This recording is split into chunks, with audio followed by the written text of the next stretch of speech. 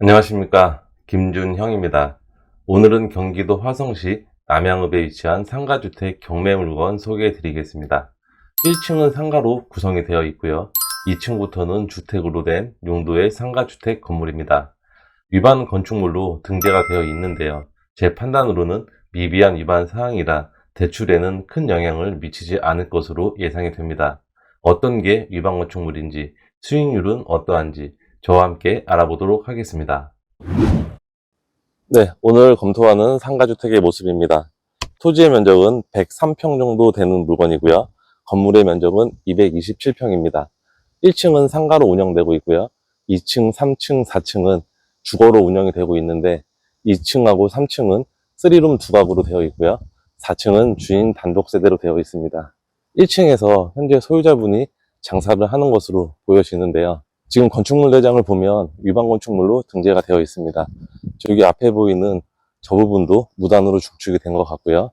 그리고 건물 옆으로 조금만 돌아가면 또 무단으로 증축된 부분이 있는데요. 1층 위반사항 무단 증축 부분도 이 부분으로 보여지는데요. 1층 옆으로 이렇게 무단 증축이 된 걸 볼 수 있습니다. 이 부분은 제시의 물건으로 매각에 포함이 되어 있습니다. 1층 위반 사항입니다. 네, 건물 입구로 진입했습니다. 엘리베이터는 없는 건물이고요. 4층으로 구성이 되어 있습니다. 내부 상태는 양호한 것으로 보여집니다. 2015년식 건물이고요. 9년 정도 된 건물입니다. 네, 지금 여기가 2층이고요. 201호, 202호 이렇게 두 개의 호실이 위치해 있습니다. 네, 여기는 3층 현관의 모습인데요. 이렇게 3층도 두 가구로 적용이 되어 있는 모습입니다. 건물 내부는 비교적 괜찮은 것 같습니다. 이렇게 천장을 보면 천장도 이렇게 되어 있죠. 4층 주인 단독 세대인데요. 4층 주인 단독 세대에서는 다락도 이용할 수가 있습니다. 제가 잠시 후에 내부 구조를 설명드리겠습니다. 건물의 내부 구조를 살펴보도록 하겠습니다. 1층에는 이렇게 근린생활시설로 되어 있습니다. 현재 소유자가 사용하고 있는 것으로 조사가 되어 있고요. 그리고 건물 주변을 보면 이렇게 빨간색으로 점선된 부분이 있는데요. 제시의 물건으로 매각이 포함되어 있습니다. 1층 상가 주변으로 이렇게 빨간색으로 표시된 부분이 위반 건축물로 보면 될 것 같습니다. 위반 사항이 그렇게 크지 않아 원상복구에도 큰 문제는 없어 보이는 제시의 물건입니다. 2층과 3층은 동일한 구조로 되어 있고요. 방 3개로 구성이 되어 있습니다. 거실과 주방도 위치해 있고 욕실도 이렇게 하나가 배치가 되어 있습니다. 빨간색으로 되어 있는 부분은 확장형 발코니 부분인데요. 전부 다 확장을 했을 것으로 추정이 됩니다. 제시의 물건으로 매각에 포함이 되어 있습니다. 4층 주인 세대의 도면입니다. 4층 주인 세대 같은 경우에는 방 3개로 되어 있고요. 욕실은 2개로 구성이 되어 있습니다. 주방 겸 식당은 여기에 위치해 있고요. 그리고 4층은 다락을 이용할 수가 있는데요. 이렇게 내부 계단을 통해서 다락을 사용할 수 있습니다. 4층에서 이용하는 다락의 도면입니다. 주변 입지를 설명드리겠습니다. 인근에는 화성시청이 위치해 있고요. 화성시청 후문 인근에 위치한 오늘 저희가 검토하는 주택입니다. 서해선 복선 전철인 화성시청역은 10월 개통을 앞두고 있는데요. 화성시청역과는 조금 거리가 멀어 보입니다. 오늘 저희가 검토하는 물건 인근의 로드뷰를 보면 1층 상가 공실은 없고 전부 음식점으로 세팅이 되어 있습니다. 임장을 다녀보면 1층이 임대가 잘 안 돼서 공실이 많은 지역은 보통 사무실로 임대가 맞춰져 있는데요. 이 지역 같은 경우에는 1층이 전부 음식점으로 세팅이 되어 있는 걸 보니 오고 가는 손님은 있는 지역으로 보여집니다. 그리고 화성시 남양읍은 인근에 공장들이 다수 위치해 있어 주택 임차 수요를 맞추는 데는 큰 어려움이 없는 지역입니다. 저희가 오늘 검토하는 상가주택의 물건 분석을 해보겠습니다. 사건 번호는 2023 타경 1213번입니다. 소재지는 경기도 화성시 남양읍 남양리 2069-3번지입니다. 물건의 종별은 근린주택이고요.